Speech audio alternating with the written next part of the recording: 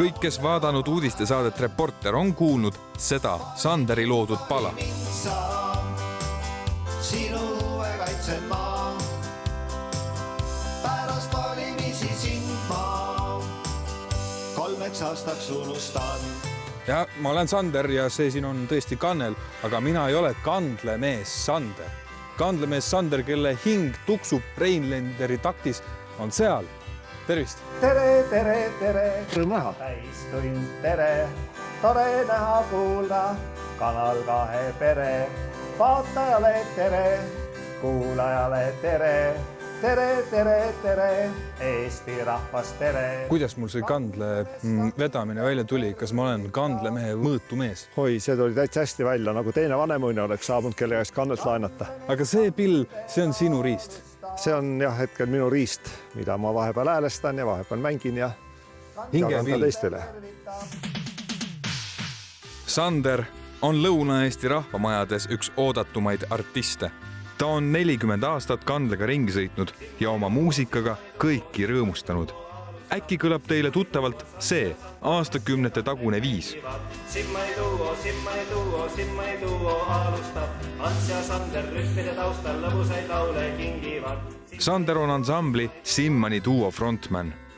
Aga kui Simmani duot esinema tellida ei jaksa, tuleb ta üksi, kandlemees Sanderina. Oluline on, et see inimene, kes tahab muusikat kuulata, et ta saaks kuulata, kui talle meeldib.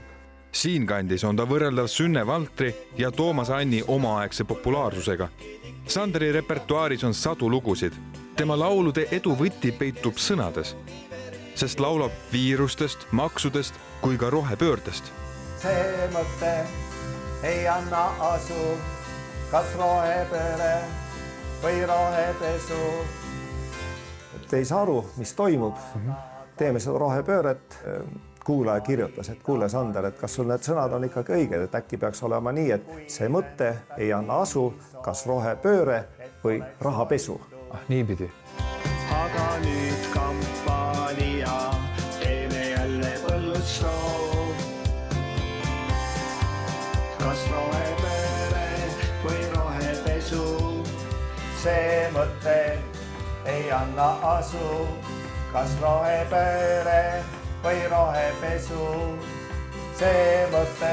Mis te arvate, millest räägib see 80-ndatel kirjutatud lugu?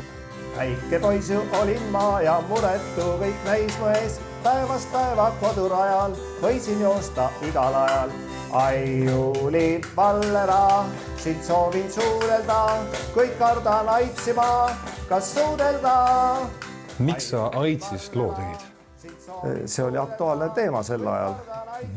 Kindlasti võib öelda, et sel teemal ei peaks lugusid tegema, aga see oli aktuaalne teema ja lihtsalt, et teadvustada seda aktuaalsust.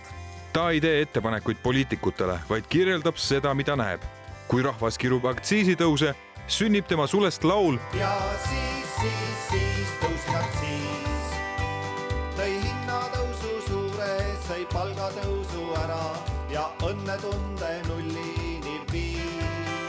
Aga kui ei tõusaks siis, jäävad hinnatõusud ära ja palgaraha alles ja rahvas on õnnelik siis.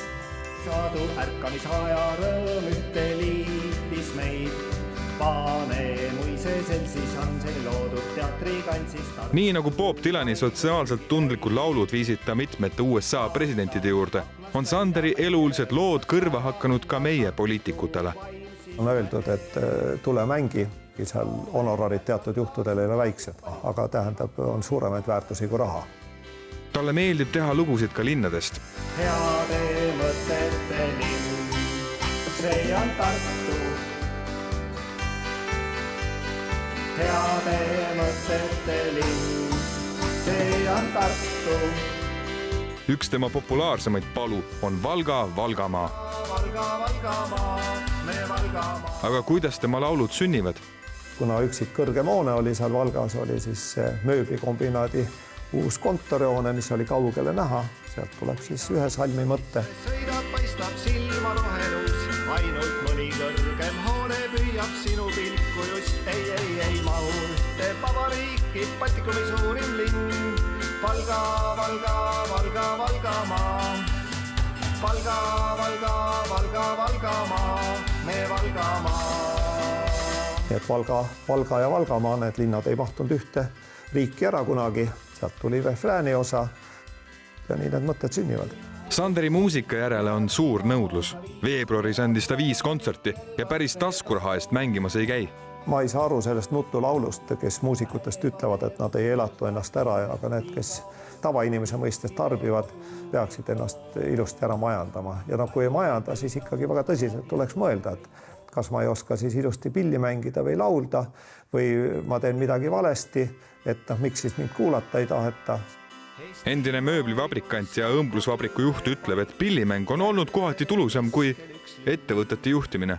Kui kunagi sai õmblustööstust juhitud seal Valga õmblusvabrikut, kus siis 700-800 inimest oli, ka Simmani tuua tippaegadel oli nii, et 4 esinemisega teenis sama palju kui seal selle suure firma tippjuhina. Nii et ega need summad ei ole ka väiksed olnud. Kandlemängu õppis Sander selgeks ise ja nüüd innustab teisigi seda tegema. Tere tulemast Sanderi Kandlekooli. Tere Kandlemängu sõber. Kõige esimeses videos räägin, et kui ma tahan hakata kandlet mängima, millest ma peaksin alustama, kuidas valida pilli, millist kandlemängu stiili valida ja pill tuleb ka häälde panna. Aga kuidas Kannel Sanderi rüppe sattus? Kannel mulle meeldis võib-olla sellepärast, et kunagi kevade film oli. See avaldas muljet. Imelik lase ruttu üks polka, ma olen talipruudiga tantsima. Ikka selline ilus pill ja reaalselt oli teda võimalik soetada. Ja kandlemängijad on kõik veidi imelikud, nagu nimigi ütleb, eks see klassikast. Nii rändab ta mööda Eestimaad imeliku kombel Kannel Kaenlas. Kriitikute juttu ta tõsiselt ei võta. Kuni rahvas esinema kutsub, säravad ka kandlemehe silmad. Elav legend, kandlemees Sander, Simmani tuua juhtiv alustala. Sander, kas sa siis kandle peal selliseid kurbasid lugusid ei oskagi mängida? Oi, mõned lood on ikkagi väga kurvad, eks ju. See on Sanderi repertuaaris kõige kurvem lugu. Pea õitsvad lihilled, pea õitsvad roosid, pea õitseb lill. Ära unusta mind. Ma ütlen veel üks kord, noorus on ilus aeg, noorus ei tule iial tagasi. Isegi nukrad laulud kõlavad tema käes lõbusalt. Kuidas küll? Selleks tuleb mõned keeled kandlel vahele jätta. Siin on siis teada, mis noodid on.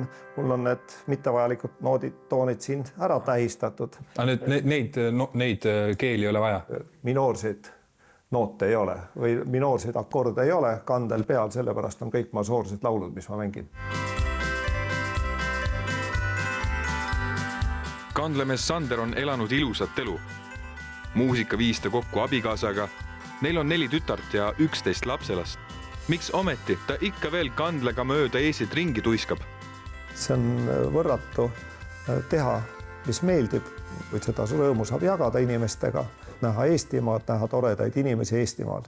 Nii see täistub möödus, nüüd me lõpetame, tulevikus jälle toreda tere.